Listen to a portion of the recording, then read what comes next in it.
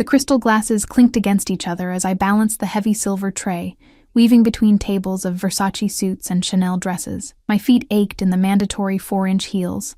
Another night at Sovereign, the most exclusive restaurant in the city where the wealthy came to be seen and the desperate came to serve them.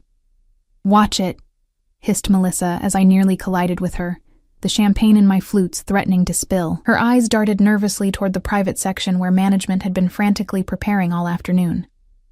"The Volkov party is here. Don't screw this up." My stomach clenched. Even the staff whispered about Alexei Volkov, though no one ever said exactly what he did. Just that he owned half the city, and the other half was afraid of him. I adjusted my tight black dress that the manager insisted enhance tips, but only seemed to enhance unwanted attention. 6 more months of this, I reminded myself. 6 more months until I had enough saved for Mom's treatment. The main doors swung open, and the restaurant's atmosphere shifted instantly. Conversations dimmed, backs straightened, eyes averted. 2 broad-shouldered men in dark suits entered first, scanning the room with cold efficiency, before one nodded almost imperceptibly. That's when I saw him. Alexei Volkov didn't stride in like I expected. He moved with unhurried confidence, as if the world would simply wait for him. He couldn't have been older than 35, his dark hair precisely cut, his tailored suit revealing a physique that suggested he hadn't earned his power from behind a desk. What struck me most were his eyes, pale blue and utterly unreadable, like looking at winter through bulletproof glass. "Section 4. Now," my manager whispered harshly, shoving another tray into my hands. "They've requested you specifically." "What? Why me?" I asked, my voice rising with panic before I caught myself. "The Russian girl for the Russian table. Just don't embarrass us." My heritage wasn't something I advertised, especially since my mother and I had left Moscow 12 years ago, trading a dangerous situation for simply a desperate one. I'd kept my accent carefully neutralized, my past vague. But on my application, I'd listed Russian as a language skill, thinking it might help with international clientele. I approached table 4 with my heart hammering against my ribs. 4 men sat around it, with Volkov positioned to see the entire restaurant. A 5th chair remained empty beside him. 2 bodyguards stood behind, their eyes constantly scanning. I didn't miss the slight bulge beneath their jackets. "Champagne, gentlemen?" I offered in English, my voice steadier than I felt as I placed each glass with practiced precision. They barely acknowledged me, deep in conversation about shipping routes and customs clearances, business talk that seemed innocent enough until I caught mentions of payments and officials' names. I kept my expression neutral, focusing on not trembling as I reached across to serve Volkov last. That's when my sleeve caught on his watch, an absurdly expensive timepiece that probably cost more than my yearly rent. The champagne tilted, splashing onto the pristine tablecloth mere inches from his suit. Time stopped. The conversation halted.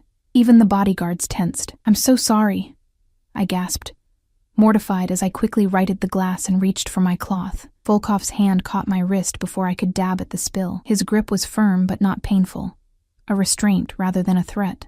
Up close, I caught his scent. Expensive cologne with undertones of cedar and something distinctly masculine. When he looked up at me, those pale eyes studied my face with unsettling intensity.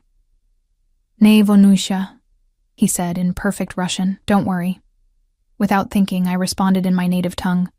"Prostite, eto ne povtoricha." "I'm sorry. It won't happen again." The words hung in the air between us. Something shifted in his expression. Surprise, then sharp interest. His thumb brushed almost imperceptibly against my pulse point before he released me. "What's your name?" he asked, switching to English but maintaining the intensity of his gaze. "Eva," I answered, suddenly aware of how the other men were now watching our exchange with curious expressions. "Eva," he repeated, as if tasting the name. "And how long have you worked here, Eva?" 6 months, sir." He nodded slightly, then turned to one of his companions and resumed their conversation, dismissing me. I backed away, relieved yet strangely unsettled. For the rest of the evening, I felt his eyes following me whenever I entered the main dining room. Once, when I glanced over, I caught him watching me with an expression I couldn't decipher. Assessment, perhaps, or calculation. It was nearly midnight when they finally prepared to leave. I was clearing a nearby table when Volkov approached the maitre d', said something in a low voice, then handed him what looked like a business card. The maitre d' nodded repeatedly, his usual haughty demeanor replaced with eager deference. As Volkov turned to leave, his eyes met mine across the room. He didn't smile, didn't nod, just held my gaze for 3 long seconds before breaking the connection and walking toward the exit. Flanked by his security, I exhaled slowly, unaware I'd been holding my breath. Eva. My manager appeared beside me, his expression unreadable. Mr. Volkov was very impressed with your service tonight. He's requested you personally for his dinner reservation tomorrow evening. I'm scheduled for lunch tomorrow, I stammered. Not anymore, he said curtly. And Eva, wear your hair down tomorrow, Mr. Volkov's request. A cold shiver ran down my spine. I left work at 1 a.m., exhausted and uneasy. The October night had turned bitter, and I wrapped my thin coat tighter around myself as I hurried toward the bus stop 3 blocks away. The streets in this part of town were nearly deserted at this hour, populated only by the occasional late-night reveler or fellow service workers trudging home. The sound of an engine slowing behind me made the hair on my neck stand up. A black SUV with tinted windows pulled alongside, matching my pace. I quickened my steps, pulse racing. The rear window lowered silently. Alexei Volkov looked out at me, his expression impassive in the dim streetlight. Ava, he said, my name sounding different in his mouth, heavier, more significant. It's late. Let me drive you home. It wasn't a question. Behind him, I glimpsed one of his bodyguards, watching me with flat eyes. Thank you, but I'm fine with the bus, I replied, trying to sound polite but firm. The SUV stopped. Volkov stepped out, and suddenly he was walking beside me, his long coat fluttering slightly in the cold breeze. Up close, without the restaurant's soft lighting, he looked more dangerous, the elegant veneer covering something harder, like a wolf in a bespoke suit. A woman who speaks Russian like a native shouldn't be riding public transportation at this hour, he said. It's not safe. How do you know my Russian is native? I asked, immediately regretting engaging him. A slight smile touched his lips, the way you rolled your R's. Moscow region, I'd guess. Northern district? I stopped walking, startled by his accuracy. How could you possibly know that? I know Moscow well, he replied simply. Then, more softly, and I know when someone is hiding something. My heart stuttered. I'm not hiding anything. I just want to go home. Of course. He gestured to the SUV. That's all I'm offering. Every instinct screamed danger, yet I found myself hesitating. The night was cold. The bus would take 40 minutes, and something in his manner suggested refusal wasn't really an option. Just a ride, I clarified. He nodded once, then opened the car door himself rather than leaving it to his security. As I slid into the leather seat, I noticed the interior was immaculate, smelling of leather and the same cologne Volkov wore. He entered after me, keeping a deliberate space between us. Where do you live? He asked. I gave him an address 2 blocks from my actual apartment, unwilling to reveal my exact location. As the SUV pulled smoothly into traffic, Volkov studied me with those unreadable blue eyes. You're Russian. You learned it young. It wasn't a question, but I answered anyway. I lived there until I was 15. And now you're serving champagne to men who don't deserve it, he observed. Why? The directness of the question caught me off guard. It pays the bills. There are easier ways to make money. Not honest ones. This drew a genuine smile from him. Brief but transformative, softening the hard angles of his face. Honesty is rare in my experience. Maybe you're meeting the wrong people, I said, then bit my lip, wondering if I'd overstepped. But Volkov only leaned back slightly, his eyes never leaving my face. Maybe I am. The rest of the drive passed in silence that should have been uncomfortable, but instead held a strange tension, like the air before a storm. When we reached the address I'd given, he made no move to let me out. Your manager tells me you work double shifts most days, he said. Why? I stiffened. I don't think that's your business. Instead of anger, my response seemed to please him. No, it's not, but I'm making it mine. Before I could reply, He reached into his coat and withdrew an envelope, holding it out to me. "Take it." I didn't move. "What is it?" "Open it."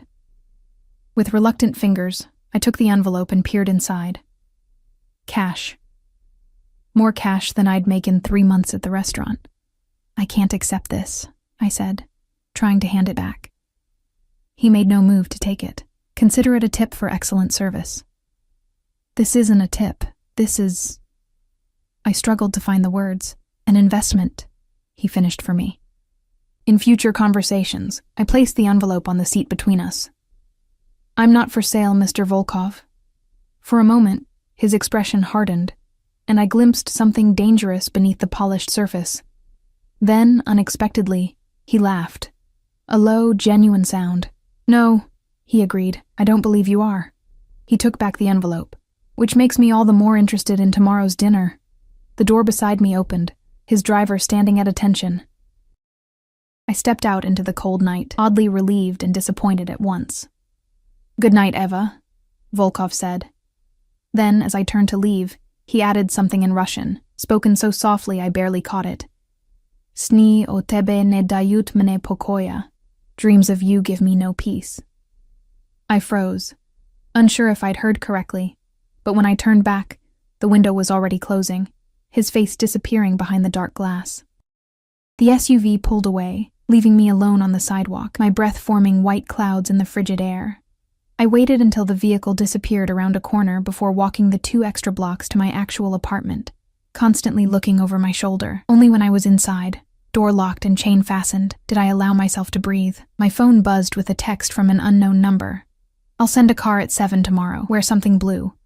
My hands trembled as I deleted the message, wondering how he'd gotten my number and what I'd set in motion with a few careless words of Russian. I barely slept that night, tossing between anxiety and an inexplicable, unwanted fascination. By morning, dark circles shadowed my eyes, which I carefully concealed with makeup. My mother called while I was getting ready, her voice frailer than the week before. "The doctor says I might qualify for a new trial," she said, hope threading through her words.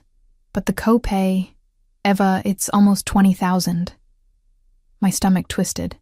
"That's wonderful news about the trial, Mom. And don't worry about the money. I'm figuring it out." I didn't mention Volkov or the envelope of cash I'd refused.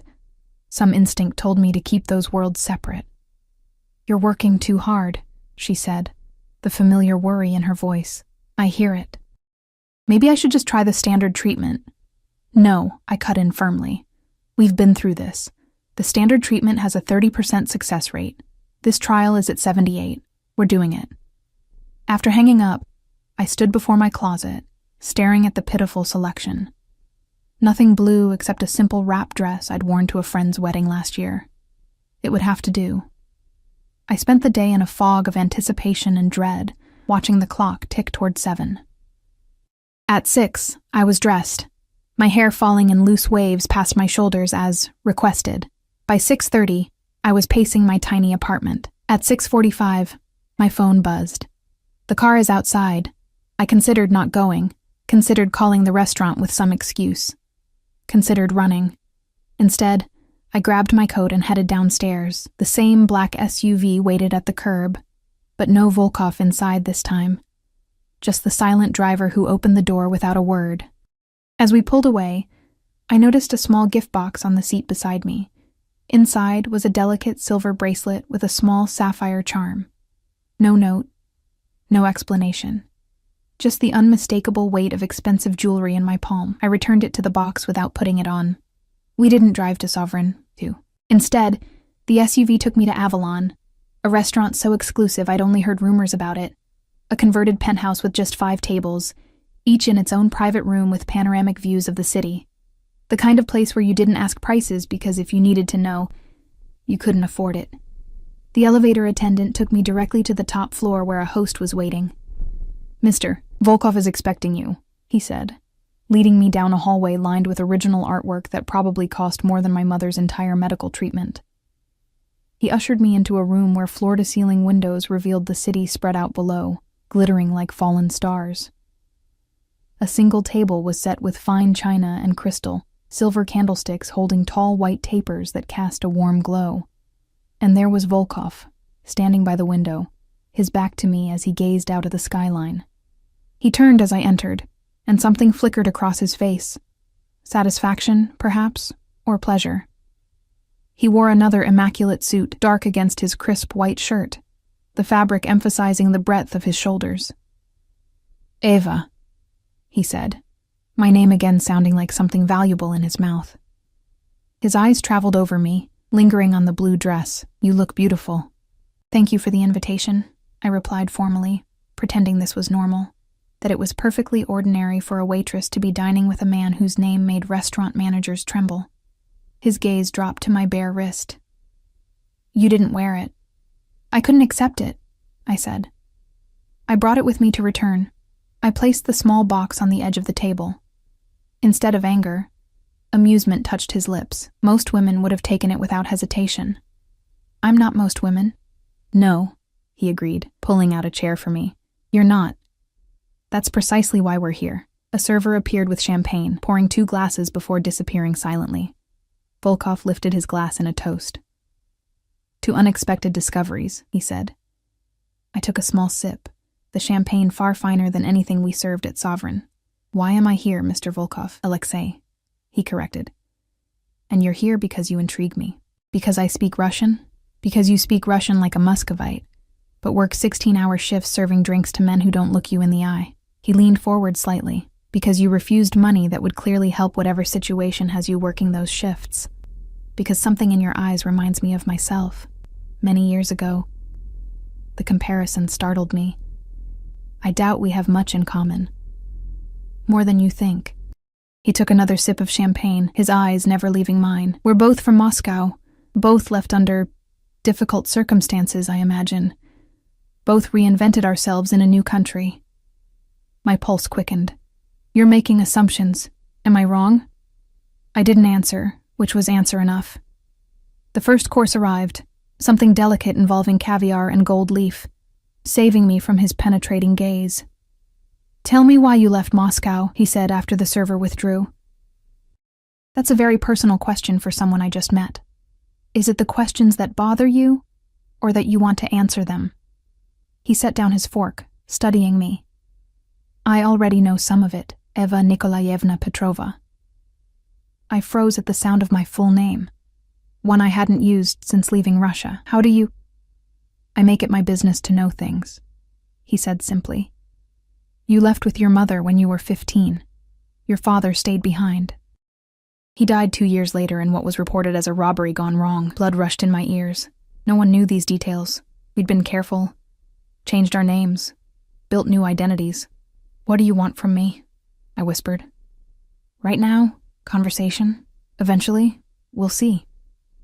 The meal continued with course after exquisite course, Volkov guiding our discussion to safer topics, books I enjoyed, places I'd seen, music I preferred. He listened with genuine interest, asking thoughtful questions. Despite my wariness, I found myself relaxing slightly, drawn into his intense focus, the way he seemed to weigh and consider each thing I said. He spoke of his own passions, chess, classical music, Russian literature, with unexpected eloquence. In another life, he might have been a professor or a diplomat instead of whatever he actually was. "Your father," I finally ventured as dessert was served. "Was he also in your business?" A shadow passed over his face. My father believed in the old ways. Brutality over strategy, force over finesse. He cut precisely into the chocolate soufflé. "I learned from his mistakes. And what business is that exactly?" I pressed. His smile was enigmatic. "Import, export, primarily, though my interests are diversified." "Is that what you call it?" "What would you call it, Eva?" There was challenge in his voice. I met his gaze directly. "I'd call it organized crime." I expected anger, denial, perhaps even threats. Instead, he laughed, a genuine warm sound that transformed his face, revealing a dimple in his right cheek. "Honesty," he said appreciatively. "As I mentioned, it's rare in my experience." After dinner, he suggested a walk on the private terrace that wrapped around the penthouse. The October night was cold, the wind sharper at this height. When I shivered, Volkov removed his suit jacket and draped it over my shoulders in a surprisingly gentlemanly gesture. It carried his warmth and scent, enveloping me. "Your mother is ill," he said after we'd walked in silence for a moment. It wasn't a question. I stiffened. "How much investigating have you done?" "Enough to know she needs specialized treatment. Enough to know you're killing yourself with double shifts to afford it." He stopped, turning to face me directly. "Let me help." "Why would you do that?" I asked, suspicion rising. "You don't know me. I want to know you," he said, his voice lowering. "I've never met anyone quite like you, Eva, and helping my mother is the price of admission?" His expression hardened. "I'm not buying you. Is that what you think?" "What am I supposed to think? You research my background, send expensive gifts, offer money for my mother's treatment. People like you don't do things without expecting something in return. People like me," he repeated, his voice dangerously soft. "And what do you know about people like me?" The wind whipped around us, carrying away my answer. In the city lights, his eyes looked almost silver, cold and penetrating. "My father worked for men like you," I finally said. "He did their accounting, managed their money. When he tried to leave, to bring us to America legally, they killed him. Made it look like a robbery." My voice shook slightly. "So yes, I know enough about people like you." Volkov was silent for a long moment, his expression unreadable. When he spoke, his voice was different, softer, with emotion I couldn't identify. "I'm sorry about your father." "Are you?" I challenged. "Contrary to what you might believe, I don't harm innocent people. That's not how I operate." He stepped closer, and despite myself, I didn't back away. "The men who hurt your family, they're no longer in positions of power." Something in his tone made me shiver. "What does that mean?" "It means things changed in Moscow after you left." His hand rose, hesitating before lightly touching a strand of hair blown across my face, tucking it behind my ear. The contact was brief but electric. "Some organizations were restructured. A horrible suspicion formed." "Did you know my father?" His eyes held mine. "Not personally, but I knew of his situation. It was handled differently than it should have been." The implication hung in the air between us. "You had something to do with it," I whispered. "With what happened in Moscow after we left." "I had everything to do with it. No pretense now. No charming smiles or careful words. Just raw truth in the cold night air. The men who threatened your family, who killed your father, they answered to someone who answered to me. And when I discovered what happened, I ensured they were held accountable." My mind reeled, trying to process what he was telling me. "Why would you care about one accountant?" "I didn't at the time," he admitted. "But I care about how things are done, about rules and boundaries." His jaw tightened. Families were supposed to be off limits. Lines were crossed. I stepped back, suddenly needing distance. His jacket slipped from my shoulders, but he caught it, his fingers briefly brushing mine. "I should take you home," he said, reading my expression. "You need time to think." The ride back to my apartment was silent, heavy with unspoken questions. This time, Volkov gave the driver my actual address without me saying a word, confirming my suspicion that he'd known where I lived all along. When we arrived, he walked me to the door of my building, keeping a respectful distance. "I'd like to see you again," he said. "I don't think that's a good idea." "Because of what I am, or because of what you're afraid you might feel?" The question struck too close to the confusion swirling inside me. "Both," I admitted. He nodded, accepting this with surprising grace. "Your mother's treatment," he said. "Let me take care of it. No strings attached." "There are always strings," I countered. "Not this time." He reached into his pocket and withdrew a business card, simple white, with just a phone number embossed in black. "This is my private line. Call it if you change your mind, about anything." I took the card, our fingers brushing again with that same jolt of awareness. "Good night, Eva," he said softly, then turned and walked back to the waiting SUV. I watched until the vehicle disappeared around the corner, then entered my building, mind swimming with revelations and contradictions. Inside my apartment, I leaned against the door, turning the business card over in my fingers. wondering what twisted path of fate had connected my family's tragedy to this dangerous, compelling man. My phone buzzed with a text message from the same unknown number as before. Your mother's treatment is paid for. The clinic will call tomorrow to schedule. This isn't a debt. It's atonement. I stared at the message until the screen went dark, torn between gratitude, suspicion, and the unsettling realization that Alexei Volkov had just forced his way into my life whether I wanted him there or not. Later that night, I received a call from Dr. Harmon, my mother's oncologist, confirming that an anonymous donor had covered the entire cost of her treatment and participation in the clinical trial. When I asked who, she simply said, "The donation came through the Volkov Foundation for Medical Research. Apparently, they've been funding our work for years." I lay awake until dawn, wondering what I'd stumbled into, and whether I could find my way out, even if I wanted to.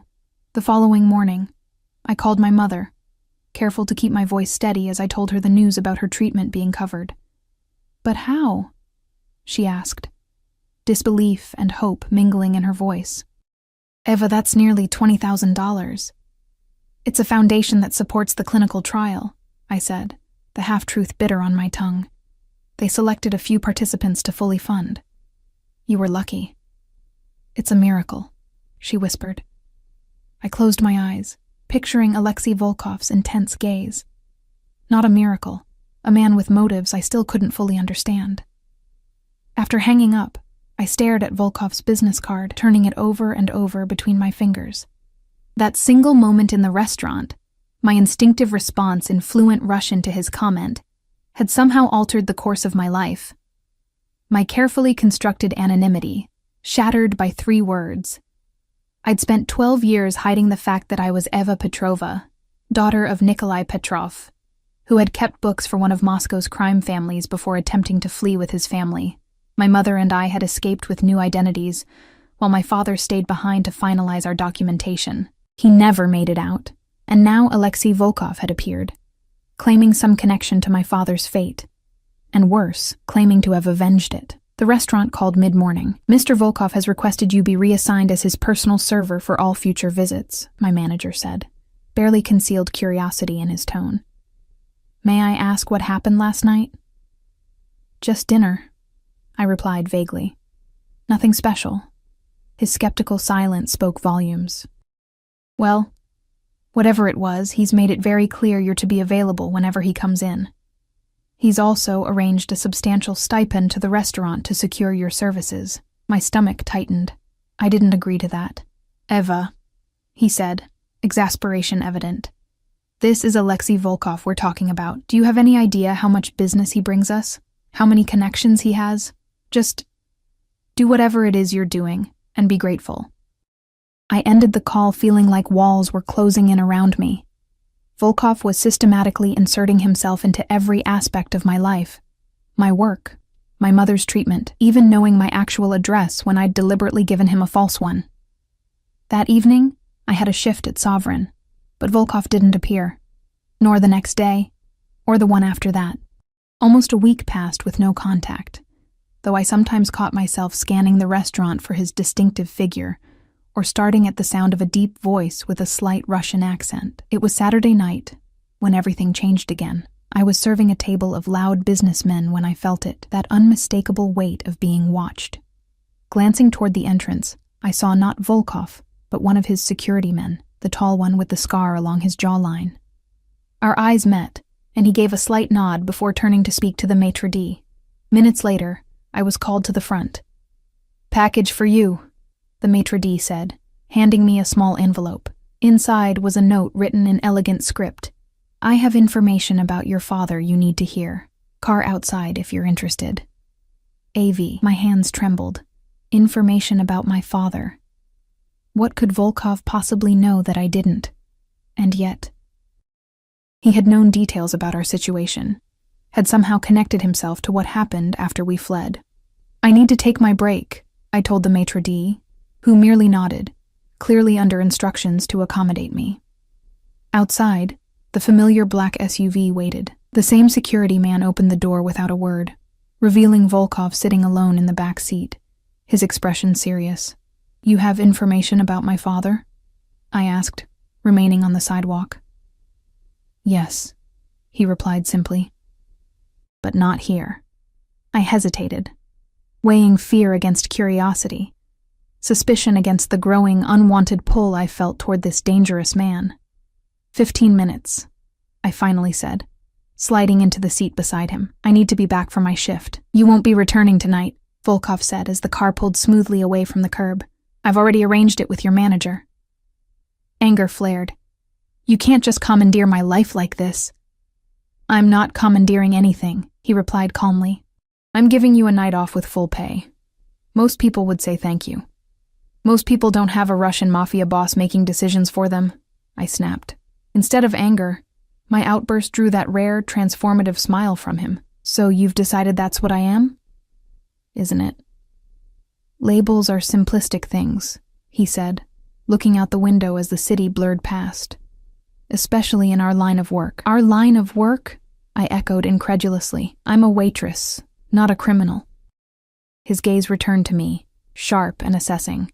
Your father wasn't just an accountant, Eva. The simple statement hit me like a physical blow. What are you talking about? Nikolai Petrov was much more than the Zubarev family's bookkeeper, Volkov continued, watching my reaction closely. He was a skilled operative within their organization, helping to move money internationally, structure complex financial instruments, hide assets from authorities. No. I shook my head in denial. My father was forced to work for them. He had no choice. At first, perhaps, Volkov conceded, but he was good at it. Very good. Eventually, he became essential to their operations. My throat tightened. You're lying. I have no reason to lie to you. His voice remained gentle, almost sympathetic. Your father made a lot of money for very dangerous men. Then he decided to leave, taking not just his family but substantial documentation that could have damaged their operations. Memories flickered through my mind, hushed arguments between my parents, the growing tension in our household, my father's increasingly erratic behavior in those final months. How do you know all this? I demanded. Because when I took control of the Zubarev operations 5 years ago, I went through their records extensively. His eyes held mine. Your father's name came up repeatedly, both for his skills and for what was termed his betrayal. The SUV turned onto a private drive leading to a modern building of steel and glass overlooking the river. Security gates opened automatically as we approached. Where are we? I asked as the car stopped at a private entrance. My residence, Volkov replied. The documents I want to show you are here. Every instinct warned me not to enter this man's home, yet the promise of information about my father, truths I'd never known, pulled me forward. The penthouse was surprisingly understated. Elegant but not ostentatious, with clean lines, dark woods, and floor-to-ceiling windows showcasing the city lights. Art hung on the walls, original pieces that looked Russian in origin, landscapes of birch forests and snow-covered mountains. Drink? Volkov offered, crossing to a bar of polished mahogany. No. Just show me whatever you brought me here to see. He nodded, gesturing for me to follow him into a study lined with bookshelves. He unlocked a drawer in his desk and removed a file folder, placing it on the surface between us. Before you look, he said, his hand remaining on the folder. You should know that what's in here may change how you remember your father. Are you prepared for that? I swallowed hard. I want the truth. The truth, he repeated, something like respect in his eyes. He removed his hand, pushing the folder toward me. Inside were photos, documents, financial statements, all featuring my father's name or image. Bank transfers to accounts in Switzerland and the Cayman Islands, properties purchased under shell companies. Photos of my father with men I didn't recognize, men with hard faces and expensive suits. And most damning, a document outlining a plan to take millions from the Zubarev family accounts, disguise the transfers, and disappear with the money alongside his wife and daughter. He was stealing from them, I whispered, the reality crashing down around me. He wasn't just leaving, he was robbing them. Yes, Volkov confirmed quietly. About $20 million. I looked up at him in shock. That's why they killed him. Not just because he was leaving, but because he was taking their money. The Zubarevs didn't tolerate betrayal, Volkov said. Especially not from someone they'd trusted so completely. And you? I asked, my voice breaking slightly. What did you do when you discovered all this? He moved around the desk, leaning against it just inches from where I sat. I found the men responsible for your father's death and dealt with them. Why? I pressed. You said yourself he betrayed them. By your own code, didn't he deserve what happened? Perhaps, Volkov acknowledged, but his family didn't. The order was to eliminate Nikolai Petrov. Instead, they threatened his wife and daughter, forced him to watch your escape, tortured him for information on the missing money, then executed him. His jaw tightened. That wasn't business. That was sadism. So you... What? Avenged him. I established new rules, he said simply. Families are off limits, period. I stood abruptly, needing space, overwhelmed by revelations about my father and this enigmatic man who'd somehow appointed himself our protector. I don't understand why any of this matters to you, I said, pacing the study. Why track me down? Why pay for my mother's treatment? Why any of this? Volkov watched me, his expression softening fractionally. Because when you spoke Russian in my restaurant that night, something clicked. I'd been looking for Nikolai Petrov's family for years, not to harm you, but to make certain amends. And suddenly, there you were. Amends for what? I demanded. You said yourself you weren't personally involved. No, but I inherited the organization that was, he countered. And I believe in setting things right. I stopped pacing, studying him with new wariness. There's more you're not telling me. For the first time, Volkov looked away, a muscle twitching in his jaw. When he spoke again, his voice carried an emotion I hadn't heard before, something almost like guilt. Your father contacted me, specifically before he died, he finally said. I was rising in the ranks then, known for being different, more strategic, less brutal. He reached out, offering information in exchange for protection for his family. My heart pounded painfully against my ribs. And? I ignored him, Volkov admitted, meeting my eyes again. I was ambitious, focused on my own advancement. I dismissed his request without consideration. And he died, I whispered. Yes. The single word carried the weight of regret. When I later took control and discovered what had happened to him, what had been done to his family, I tried to find you, to make what amends I could. So this is about your guilt, I said flatly. Not about me at all. His expression hardened. It started that way, he acknowledged. But from the moment you answered me in perfect Russian, looking into my eyes without fear or deference, it became about you. The intensity in his gaze made my breath catch. He stepped closer, close enough that I could feel the heat radiating from his body, smell the now familiar cedar notes of his cologne. I've never met anyone like you, Eva, he said, his voice lowering to a near whisper. Someone who sees what I am and doesn't cower or fawn. Someone who challenges me, fascinates me. I'm not something to collect, I said, though I didn't step back. Or possess. No, he agreed. You're something far more dangerous. His hand rose to my face, fingers hovering just shy of contact, as if seeking permission. You're someone I can't stop thinking about. The confession hung in the air between us, charged with possibilities both thrilling and terrifying. Before I could respond, his phone rang with a distinctive tone that made his expression instantly shift to something colder, more controlled. He checked the screen, jaw tightening. I need to take this. Excuse me. As he stepped out of the study, speaking rapid Russian into the phone, I turned back to the folder on the desk. My father's secrets spread before me. Photos of a man I thought I'd known, smiling with criminals, living a double life. Had he been a victim forced into crime, as he'd always told my mother and me? Or had he chosen this path, seduced by money and power until it destroyed him? Through the partially open door, I caught fragments of Volkov's conversation. Tense, authoritative commands punctuated by silence as he listened to whoever was on the other end. Niet, сейчас, he insisted. No, now, then. Oni už здесь? They're already here? The shift in his tone made me tense. Something was wrong. He returned moments later, his expression grim. We need to leave. Now. What? Why? What's happening? I asked as he quickly gathered the documents, returning them to the folder. There's a situation I need to handle, he said vaguely, ushering me toward the door. My security will take you home. In the hallway, 2 of his men appeared, their expressions tense, hands hovering near concealed weapons. They spoke to Volkov in hushed Russian, too fast for me to catch more than a few words. Perimeter. Compromised. Team.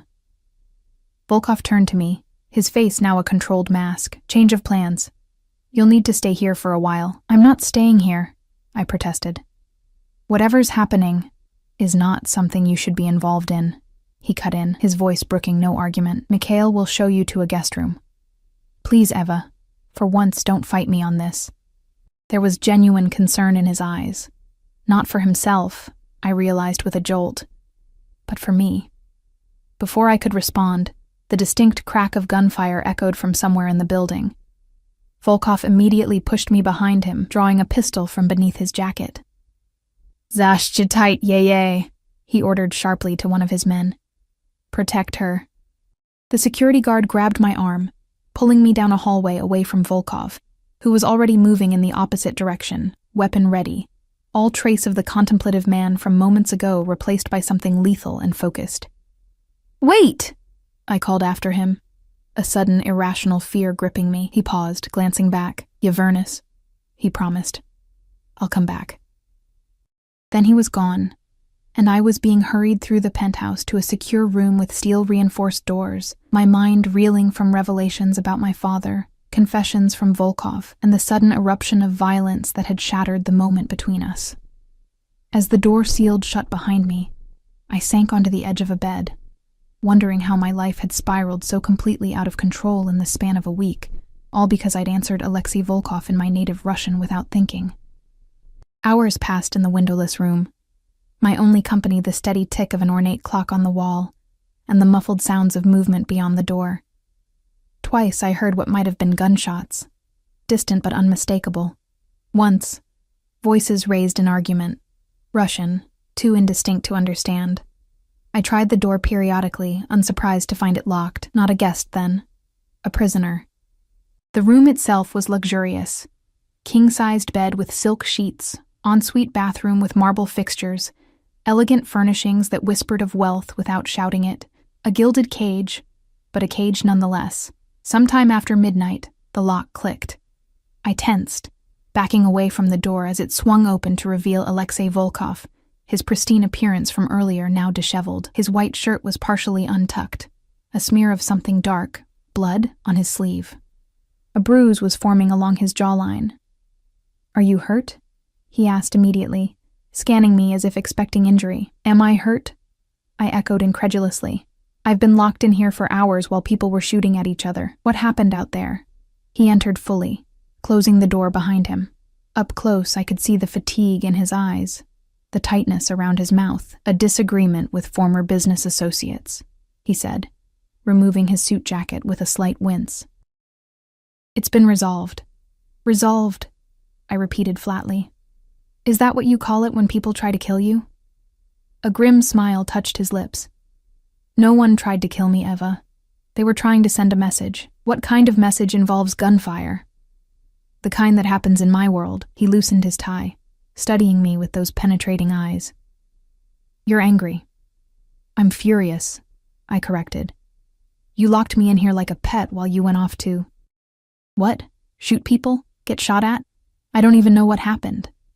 I was protecting you, he said simply, as if that explained everything.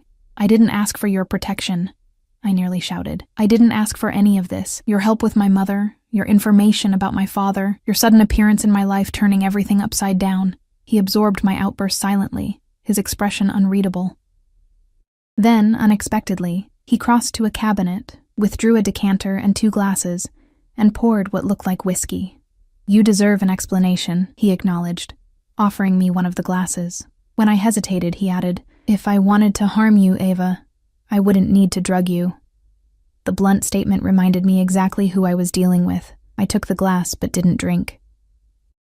The men who came tonight, he began, taking a seat in an armchair across from where I stood, were representatives of the Zubarev family. What remains of it? They discovered I'd been in contact with you. My stomach dropped. Because of me? This happened because of me? Because of me. He corrected firmly. I made a choice to find you, to make amends. There are those who felt I was betraying certain principles by associating with Nikolai Petrov's daughter. The daughter of a traitor, I said bitterly, recalling the documents I'd seen. Volkov's gaze was steady. The daughter of a man who wanted a better life for his family. I understand that motivation better than most. I finally took a sip of the whiskey, welcoming the burn. So what happens now? Am I in danger from these people? Not anymore, he said, something cold flashing in his eyes. As I said, the matter has been resolved. I didn't ask what resolved meant in his world. I wasn't sure I wanted to know. Can I leave? I asked instead. He studied me for a long moment. It's not safe for you to return to your apartment right now. Not tonight. He stood, wincing again, revealing a dark stain spreading on his side where he'd been concealing it with his arm. You're hurt, I gasped, setting down my glass and moving toward him instinctively. It's nothing, he dismissed, but didn't resist when I pushed his hand aside to reveal a bloodied tear in his shirt. This isn't nothing, I insisted. You need a doctor. What I need, he said, his voice dropping lower, is for you to stop looking at me like that. Like what? Like you care whether I live or die. The raw honesty in his voice caught me off guard. Our eyes met, and something passed between us, an acknowledgement of the strange, dangerous connection forming despite all reason and warning.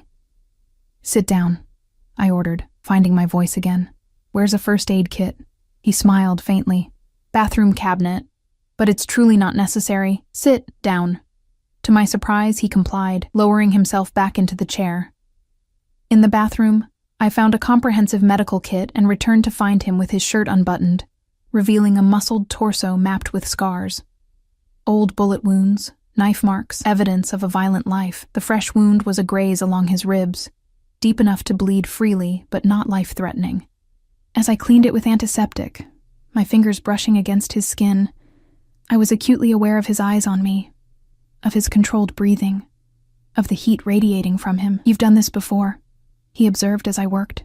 My mother was a nurse, I replied, focusing on the task to avoid his gaze. She taught me basic first aid. Is that why you came to America, for her to work as a nurse? I hesitated, then nodded. We had papers prepared, work visa for her, student visa for me, everything legal. Then my father. I trailed off. Didn't make it out. Volkov finished softly. So you came anyway. We had no choice, I said, taping a bandage over the cleaned wound. We couldn't stay in Moscow after what happened. We used the documentation he'd prepared. Changed our names. Eva Petrova became Eva Parker, he murmured, hiding in plain sight. I stepped back, suddenly uncomfortable with the intimacy of the moment. This dangerous man half-dressed before me, sharing secrets in the quiet hours past midnight. I should sleep, I said abruptly. It's been a lot to process. Volkov buttoned his shirt, nodding slightly. Of course. I'll have someone bring you anything you need. He paused at the door. The room won't be locked, Eva, but I still ask that you stay until morning, when it's safer for you to leave. After he left, I sank onto the bed, my mind and heart racing. The events of the night played in endless loops. The revelations about my father, Volkov's confession of guilt, and his unexpected admission of fascination with me, the sudden violence, and now this strange, charged moment between us. I must have dozed off eventually because I woke to sunlight streaming through newly opened curtains. A set of clothes lay folded at the foot of the bed, designer jeans and a cashmere sweater that looked my size, tags still attached.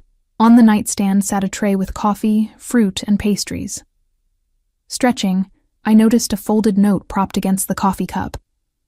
Business called me away. Victor will take you home when you're ready. A strange disappointment settled in my chest, which I immediately tried to dismiss. What had I expected? That Alexei Volkov would be waiting to have breakfast with me after his disagreement last night? I showered, dressed in the provided clothes, which fit perfectly, raising questions about how he knew my size, and eventually emerged from the room to find one of Volkov's security men. Victor, presumably, waiting in the hallway. "Miss Parker," he greeted me formally. "The car is ready whenever you wish to leave." I followed him through the penthouse, noticing no signs of the previous night's violence. Everything had been immaculately cleaned and restored, as if nothing had happened. As we passed the study where Volkov had shown me my father's file, I paused. "Wait here," I told Victor, who raised an eyebrow but didn't object. Inside the study, I went straight to the drawer where Volkov had stored the documents. Locked, of course. I scanned the desk, finding nothing personal. No photos, no mementos, nothing to humanize the space. Just expensive furnishings and tasteful art. On my way out, I noticed something I'd missed the previous night. A chess set on a small table near the window. The pieces were mid-game, a complex strategy unfolding on the board. I recognized the Sicilian defense. My father had taught me chess as a child. Someone had played the black pieces with impressive skill, pushing white into a defensive position. "He plays every morning," Victor said from the doorway, nodding toward the chess set, against himself, usually. "He plays both sides?" I asked, studying the board more carefully. Victor shrugged. "Says it helps him think like his opponents." The insight seemed oddly intimate, a glimpse into Volkov's mind I hadn't expected. The ride to my apartment was silent. As we pulled up to my building, Victor handed me an envelope. "Mr. Volkov asked me to give you this." Inside was a key card and another note in the same precise handwriting. "If you ever feel unsafe, this will access the private elevator to my residence. No obligations, no expectations. Just a safe place. Tell him I don't need his key," I said, trying to hand the envelope back. Victor didn't take it. "Mr. Volkov anticipated you might say that. He asked me to remind you that pride makes a poor shield against bullets." The blunt statement left me speechless. I exited the car still clutching the envelope, watching as the black SUV merged back into traffic and disappeared. Inside my apartment, everything looked exactly as I'd left it, yet somehow different. Smaller, more vulnerable. I went through my routine motions, checking mail, watering my lone houseplant, returning a missed call from my mother to reassure her I was fine. All the while, the key card sat on my counter, a tangible reminder of the choice before me. Maintain my independence and the safe, struggling life I'd built, or accept the protection and all the complications offered by Alexei Volkov. 3 days passed without contact from him. I returned to work at Sovereign, where whispers followed me. Rumors about my connection to Volkov, speculation about what exactly that connection entailed. My manager treated me with a new deference that made me uncomfortable. On the 4th night, as I was leaving my shift, a black car pulled alongside me. Not Volkov's SUV, but a sleek sedan with tinted windows. My pulse quickened, hand moving to the pepper spray in my purse. The window lowered to reveal not Volkov, but an older man with silver hair and cold eyes. "Eva Petrova," he said, my real name heavy with meaning in his mouth. "Or do you prefer Parker now?" I stopped walking, ice spreading through my veins. "Who are you?" "Someone concerned about your recent associations," he replied in Russian-accented English. "Alexei Volkov is not a man you want to know, girl." "You seem to know him," I countered, glancing around for witnesses, for escape routes. The man smiled thinly. I knew him when he was nothing, before he betrayed his own kind to build his empire. His eyes hardened, just as I knew your father before his betrayal. Fear gripped me. "What do you want?" "To offer advice," he said. "Volkov's interest in you has not gone unnoticed. There are those who would use you to send him a message. A painful one." "Are you threatening me?" I asked, proud that my voice remained steady. "Warning you," he corrected. "For old time's sake. Your father was a useful man once, before I could respond." The sound of screeching tires filled the street. Volkov's SUV appeared, cutting off the sedan. The older man cursed, his window rising quickly as his driver reversed, then accelerated away. The SUV door opened, and Volkov emerged, his expression thunderous as he scanned me for injury. "Are you hurt?" he demanded, closing the distance between us. "No," I managed, my composure finally cracking. "Who was that? How did he know my real name? How did he find me?" Volkov's jaw tightened as he watched the sedan disappear around a corner. "Viktor Zubarev," he said grimly. "The patriarch. He should be in Moscow." "He said he knew my father," I whispered. "And you." Something dangerous flashed in Volkov's eyes. "Get in the car, Eva." "No," I said firmly, finding my resolve despite the fear coursing through me. "I want answers, not orders. I'm tired of being caught in the middle of whatever this is." He stepped closer, his voice lowering. "You're not in the middle, Eva. You're the target. Zubarev isn't here for me. He's here for you." "Why would he care about me?" I asked, bewildered. "I'm nobody." "You're Nikolai Petrov's daughter," Volkov said urgently. "The daughter of the man who stole millions from him and hid it so well they never found it. Zubarev believes you know where that money is." The revelation hit me like a physical blow. But I don't. My mother and I barely had enough to survive when we came here. If my father had millions, he never shared it with us. "I believe you," Volkov said, his eyes never leaving mine. "But Zubarev won't. To him, you're the key to recovering what was taken." A cold realization dawned. "That's why you found me," I said slowly. "Not out of guilt or fascination. You think I know where my father's money is, too." Hurt flashed across his face, genuine hurt that surprised me. "Is that what you think of me? That this has all been some elaborate scheme to use you? I don't know what to think anymore," I admitted, suddenly exhausted. "My entire life has been upended in a week. I don't know who to trust." Volkov was silent for a moment, tension radiating from him. Then, unexpectedly, he reached for my hand, his touch surprisingly gentle. "Trust this," he said quietly. "Whatever brought us together, fate, circumstance, your father's past, what I feel for you now is real, unexpected and inconvenient and possibly dangerous for both of us, but real." The raw honesty in his voice caught me off guard. Before I could respond, his security approached, speaking rapid Russian about movement on the block, about potential watchers. "We need to go," Volkov said, urgency returning to his voice. "Please, Eva. I can protect you, but not here on the street." This time I didn't argue. I let him guide me into the SUV, watching as he issued commands to his men, his entire demeanor shifting back to the controlled, dangerous leader I'd glimpsed the night of the attack at his penthouse.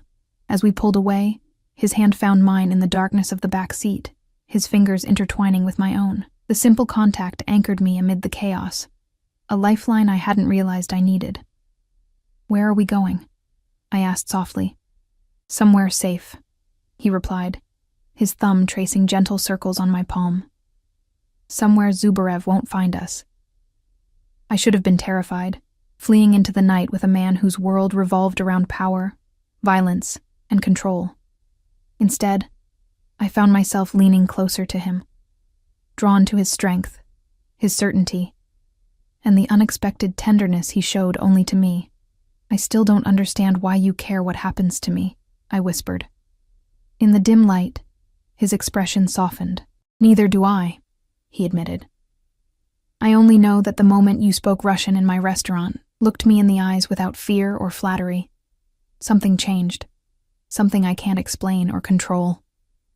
His fingers tightened around mine. "And I never let go of what's mine." The possessive words should have frightened me.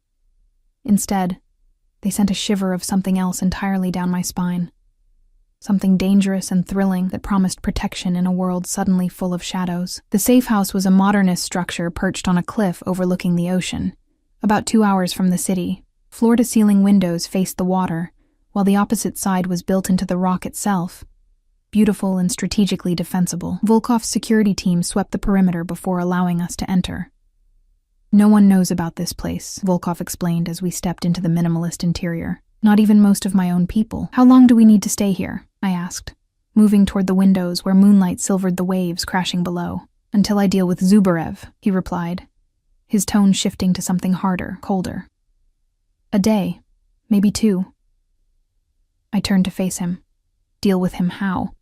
Volkov's expression was unreadable. "It's better you don't know the specifics." "I think I've earned the right to specifics," I countered. "My life is in danger because of my father's actions and whatever this is between us. I deserve to know what's happening." He studied me for a long moment, then nodded slightly. Zubarev shouldn't be in this country. His presence violates certain arrangements between organizations. I've already contacted people who will ensure his departure. People who will ensure... I broke off, realizing what he meant. You're having him removed. Forcibly. Viktor Zubarev has spent 68 years taking what he wants and eliminating anyone who stands in his way, Volkov said, an edge to his voice. He doesn't respond to polite requests. And if he refuses to leave, then the situation becomes more permanent. The calm way he discussed potentially ordering a man's death should have horrified me. Instead, I felt a complex tangle of emotions. Fear, yes, but also a strange sense of security. Volkov would protect what was his, as he'd said. And somehow, I had become his to protect. You should rest, he said, gesturing toward a hallway. There are bedrooms upstairs. I need to make some calls. Too exhausted to argue, I climbed the floating staircase to the second floor. Finding a master suite with the same breathtaking ocean view, I showered, then borrowed one of Volkov's shirts from the closet, the soft fabric falling to mid-thigh. Outside, the storm that had been threatening all evening finally broke, rain lashing against the windows, while lightning illuminated the churning sea. I must have dozed off because I woke to the sound of the bedroom door opening. Volkov stood in the doorway, his silhouette outlined by the hallway light. He'd changed into simple black pants and a fitted t-shirt that revealed the powerful lines of his body usually concealed by tailored suits. I didn't mean to wake you, he said softly. Is everything okay? I asked, sitting up. Zubarev's people are looking for you in the city, he replied, remaining by the door as if uncertain whether to enter. But they won't find this place. Lightning flashed, briefly illuminating his face, the sharp angles, the intensity of his gaze fixed on me. In that moment, I saw both the dangerous man who commanded fear and respect and the complex human who had somehow developed feelings for me. You should try to sleep, he continued, turning to leave. Wait, I called, surprising myself. Stay, please. He paused, his back still to me. Eva, he said, my name almost a warning. You don't know what you're asking. I know exactly what I'm asking, I replied, finding confidence in the darkness, in the storm raging outside that matched the turbulence within me. I'm asking you not to leave me alone tonight. Slowly, he turned back. Even in the dim light, I could see the conflict in his eyes, desire warring with restraint. If I stay, he said, his voice lower, rougher, I'm not sure I can maintain the distance I've tried to keep. Then don't, I whispered. It was as if something snapped between us. In 3 strides, he crossed the room, his hands cupping my face with surprising gentleness before his mouth claimed mine. The kiss was everything I'd unconsciously been anticipating, passionate, demanding, yet somehow reverent. His fingers threaded through my hair, cradling my head as his body pressed against mine. I responded with equal fervor. Months of tension, fear, and unexpected attraction culminating in this moment. My hands explored the firm muscles of his back, feeling the evidence of his dangerous life in the ridges of old scars beneath my fingertips.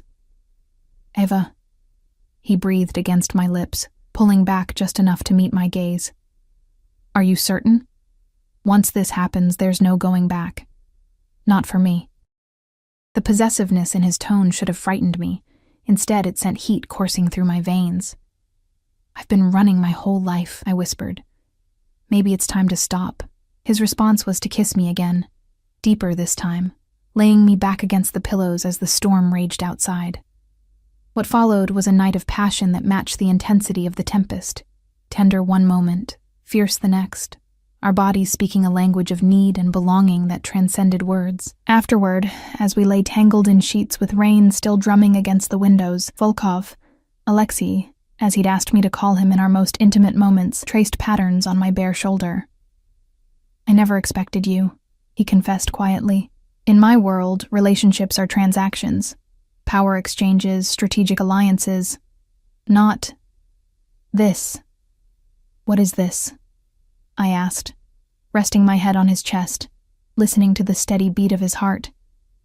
His arms tightened around me, something I've never felt before, he admitted, something I'm not willing to lose. We made love again as dawn broke, sunlight replacing storm clouds, illuminating our bodies entwined on the bed.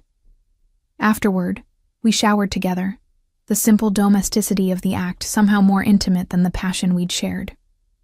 Over breakfast on the terrace overlooking the now calm sea, Alexei received a phone call. He spoke in rapid Russian, his expression growing increasingly serious before ending the call with a sharp command.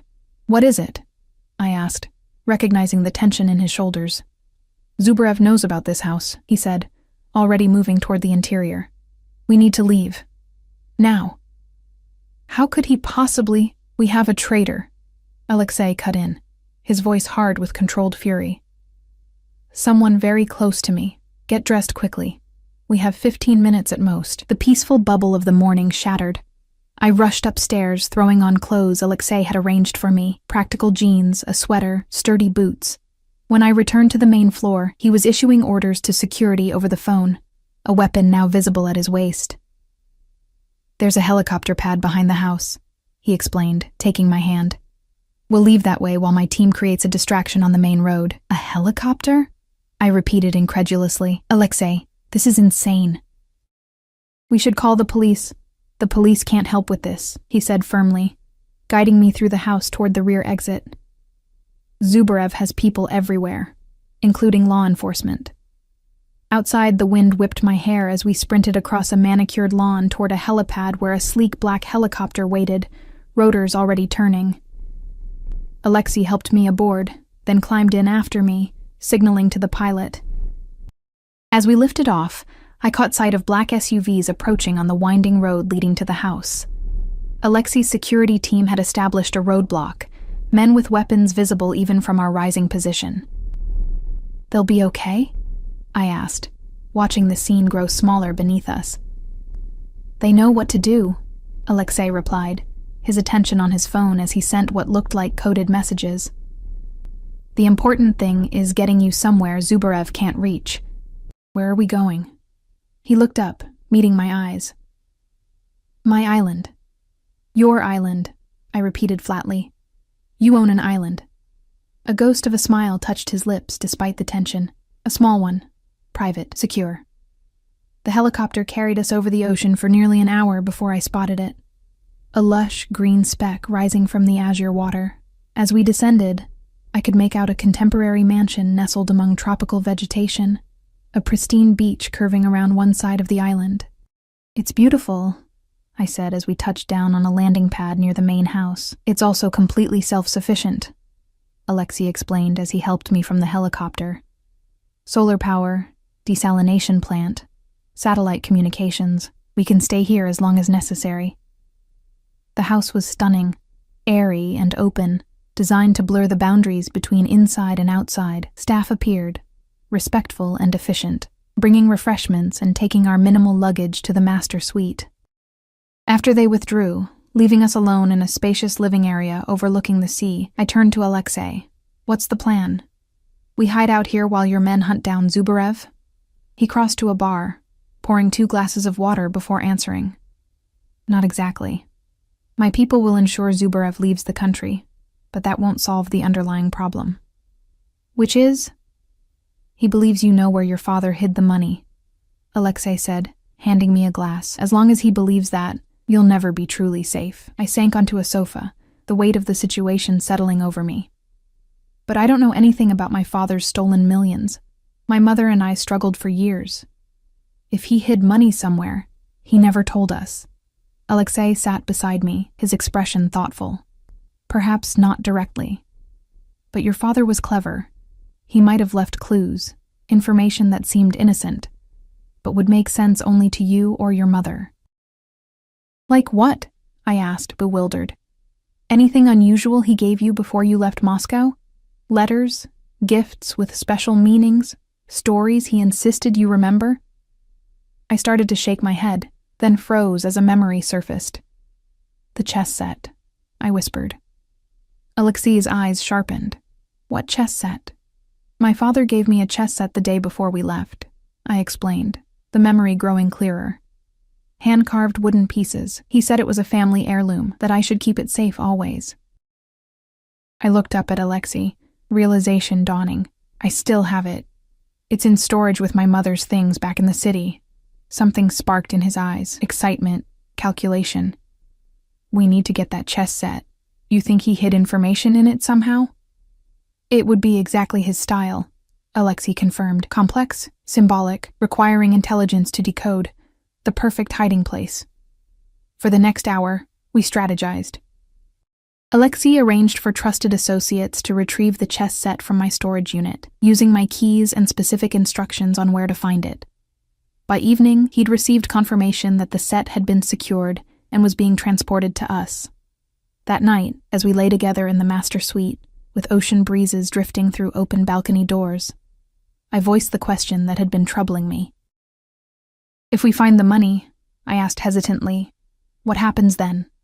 Alexei propped himself up on one elbow, studying my face in the moonlight. What do you want to happen? I considered the question carefully. I want my mother's treatment fully covered, not just this round. I want enough to ensure she never has to worry again. I paused, gathering courage. And I want freedom, to choose my own path without fear or financial pressure. And where does that path lead? He asked softly. Away from me? The vulnerability in the question surprised me, coming from a man so powerful, so controlled. I don't know, I admitted honestly. A week ago, you were a stranger, a dangerous one.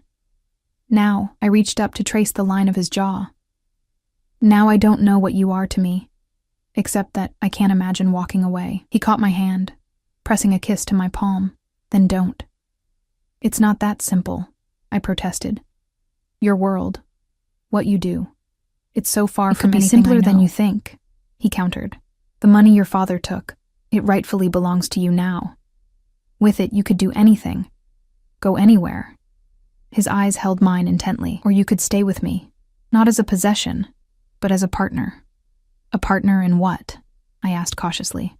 In everything, he replied simply. My business has many legitimate aspects that could benefit from someone with your intelligence, your perspective. And the other parts, he shrugged slightly. Those could perhaps become fewer over time. The implication was clear. He was offering to change, to shift his empire toward legitimacy. For me, you would do that. His expression was solemn, for the right reasons, for the right person. The chess set arrived the following morning via seaplane. It was exactly as I remembered, a beautiful wooden board with intricately carved pieces, slightly worn from years of play. My father had taught me on this very set, patiently explaining strategies, encouraging me to think several moves ahead. Alexei examined it with expert hands, testing the weight of each piece, running his fingers along the board's edges and undersides. The craftsmanship is exceptional, he commented. Museum quality. But I don't see any obvious hiding places. Maybe we're overthinking this, I suggested.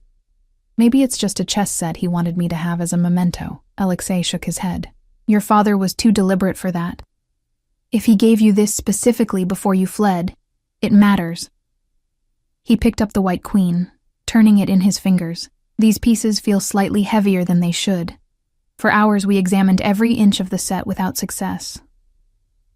Frustrated, I began setting up the pieces in their starting positions, a habit ingrained from childhood. As I placed the black king, I remembered something. Wait, I said suddenly. My father always set up the board with a specific position before we played. He called it the memory position. Alexei watched intently as I rearranged the pieces into the configuration my father had shown me countless times, an unusual arrangement that didn't correspond to any standard opening or famous game I knew of. When the last piece was in place, Alexei studied the board, his expression changing to one of recognition. This isn't a chess position, he said slowly. It's coordinates. Working together, we translated the positions of the key pieces into a set of latitude and longitude coordinates, which led to a small town in Switzerland. Further analysis of the specific arrangement pointed to what was likely a safety deposit box number and the key, concealed inside the hollowed base of the Black King, just as Alexei had suspected about the piece's unusual weight. $22 million, Alexei said, looking up from his laptop after making some calls. Converted to various holdings and investments over the years. With compound interest, it's now closer to 30 million. He met my eyes. It's yours, Eva. All of it. I sat in stunned silence, the magnitude of the discovery washing over me. My father hadn't abandoned us penniless after all. He'd hidden his stolen fortune where only I could find it, protected by my childhood memories of our chess games. With this much money confirmed, Zubarev will be more determined than ever, Alexei warned. But it also gives us leverage. What kind of leverage? Financial compensation, he explained. Zubarev is, at heart, a businessman. If he receives what he considers fair restitution for what was taken, plus interest, he might be persuaded to end this vendetta. You want me to give him my father's money? I asked incredulously. Not all of it, Alexei clarified. Perhaps a third, enough to satisfy his pride and sense of justice while leaving you more than comfortable for life. The plan made logical sense, yet something in me rebelled against it. That money came at the cost of my father's life, I said quietly. Giving any of it to the family responsible feels like a betrayal. Alexei's expression softened. I understand, he said. But consider this. Your father took that risk to secure your future. Using some of it to guarantee your safety and freedom would honor his intention. In the end, we reached a compromise. Alexei arranged a meeting with Viktor Zubarev on neutral ground, an exclusive club in Zurich, owned by associates with ties to both organizations. I insisted on being present despite Alexei's objections. He needs to see me, I argued. To understand I'm not afraid, and that I'm making this offer from a position of strength, not fear. Reluctantly, Alexei agreed, though he arranged security so comprehensive it bordered on excessive. The meeting itself was tense but oddly formal, conducted with the cold civility of adversaries who recognized mutual destruction wasn't in anyone's interests.